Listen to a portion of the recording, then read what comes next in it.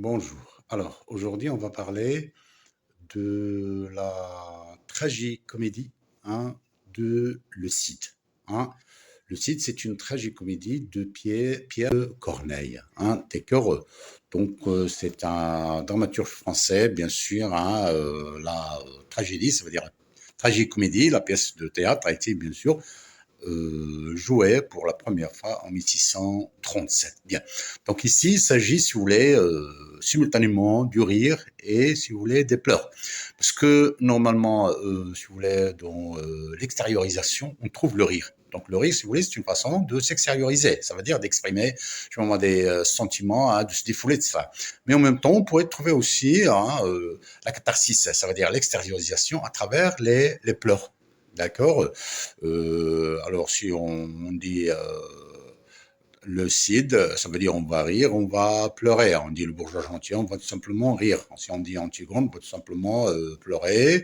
C'est du, si vous voulez, tragique, c'est du pathétique, mais des pleurs qui vont nous permettre, si vous voulez, de nous extérioriser, de nous défouler. Donc je répète qu'on peut se défouler, si vous voulez, au théâtre, à travers soit le rire, soit, si vous voulez, les pleurs. D'accord. Donc les deux cas, si vous voulez, sont une façon, si vous voulez, de se défouler, hein, d'oublier ses, je sais pas moi, extérioriser ses souffrances. Bien. Donc si je parle de Le Cid, moi, la pièce, la tragicomédie. Bien. Donc, il s'agit de deux familles, bien sûr, seigneuriales, hein, famille de Don Diego et de Don Gomez. Donc, Don Gomez, si vous voulez, c'est le père de Chimène. Hein. Chimène, bien sûr, c'est une fille qui a aimé Rodrigue. Hein, d'accord, ce sont deux amants. Hein, si vous voulez, ici, on parle toujours de l'amour fatal. D'accord. Mais le père de Gomez, le père Gomez de Chimène, hein, le père de Chimène, si vous voulez, a commis, si vous voulez, une grave erreur, c'est qu'il a jalousé le père, si vous voulez, de Rodrigue. Ça veut dire qu'il a jalousé euh, Don Diego. Pourquoi? Parce que lui, hein, tout seul, le roi l'a choisi, le roi Ferdinand de Castille l'a choisi, si vous voulez, d'être le précepteur de Donna Aurach, ça veut dire l'infante, hein, ça veut dire la prince héritière, hein, d'accord, la reine. Alors, qu'est-ce qui se passe? Les deux, hein, se sont, si vous voulez, un petit peu présentés en duel, et le père de Chimène, hein, d'accord, Don Gomez, a donné un soufflet, ça veut dire une gifle, à Don Diego. Donc une certaine humiliation qui l'a poussé à donner son épée à son fils, si vous voulez, Rodrigue, hein, pour, si vous voulez, lui, je sais pas moi, demander de se venger. Alors, ce garçon-là, ce jeune brave, hein, il est allé se communiquer avec le père de Chimène, hein, dont Gomez, et une malcompréhension, hein, il a tué le père de Chimène.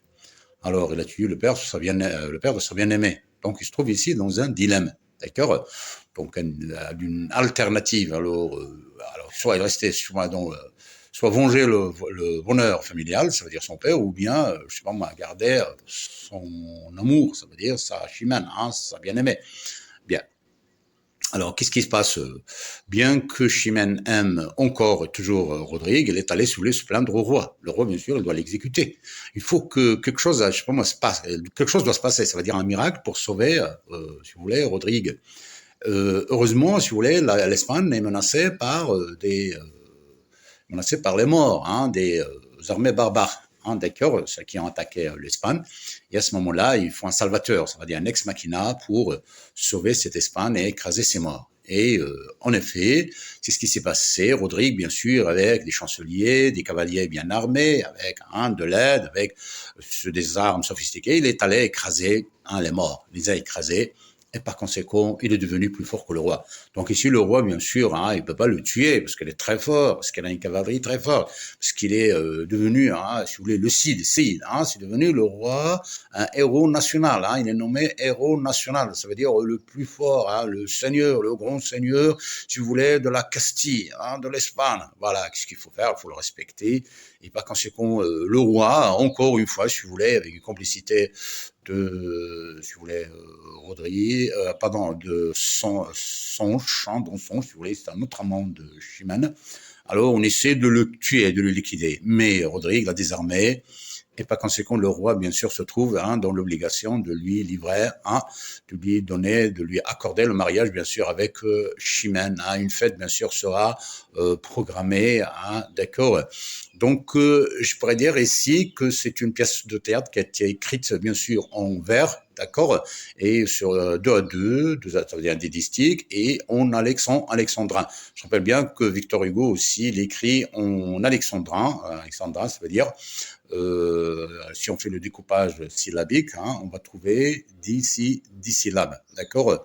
Donc on va trouver, alexandrin, 12 syllabes. C'est pas décasyllabes, c'est 12 syllabes, d'accord. Les alexandrins, par exemple, dans Demain de l'aube, chez Victor Hugo, on va trouver que ce poème est écrit, bien sûr, généralement, lui, dans son recueil poétique, Victor Hugo, il écrit en alexandrin. Donc la même chose ici pour le Cid, dans la pièce théâtre, le Cid, ça veut dire Pierre Corneille, il a écrit la pièce en alexandrin, d'accord. Des alexandrins, ça veut dire des vers de 12 syllabes, d'accord. Si on fait le découpage syllabique, on va trouver dans chaque vers, on va trouver 12 syllabes.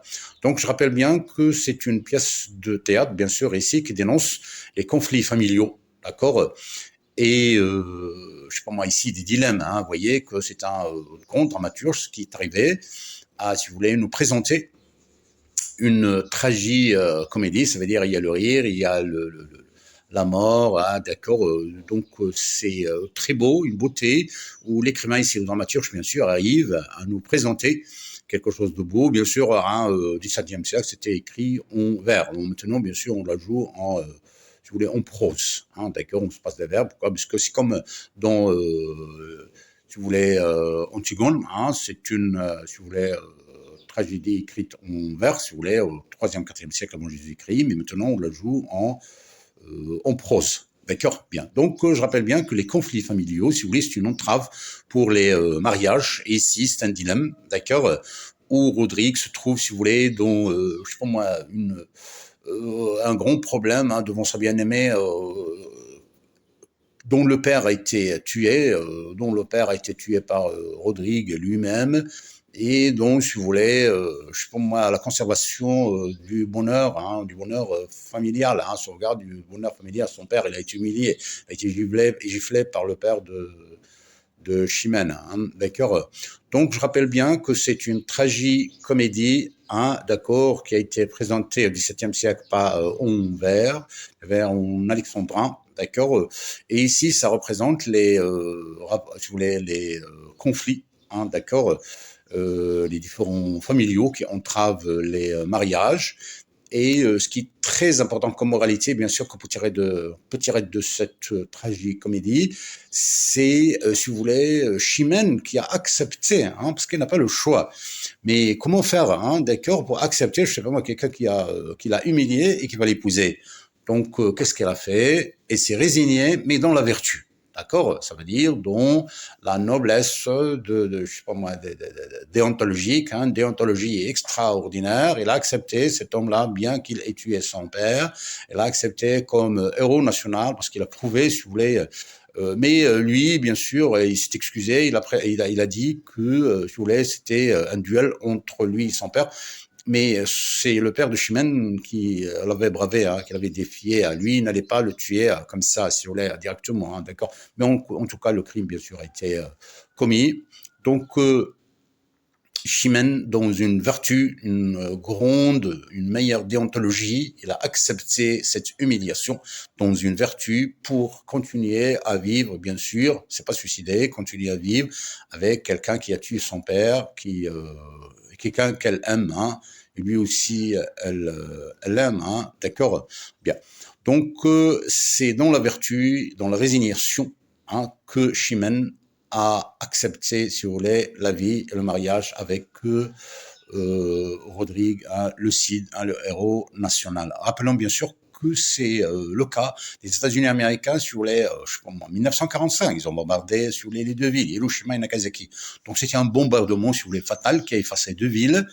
Mais tout de suite, le Japon a repris Et regardez maintenant les Japonais, cher jamais, je vengeais des Américains. Pourquoi? Parce qu'à l'époque, c'était les Américains les plus forts. Donc on passe l'éponge, on efface, puis on reprend, d'accord, pour devenir plus fort, pour devenir plus respectable. Donc on peut vivre, si vous voulez, dans une certaine résignation, de vertu, d'amour, de pardon et de tolérance. Merci.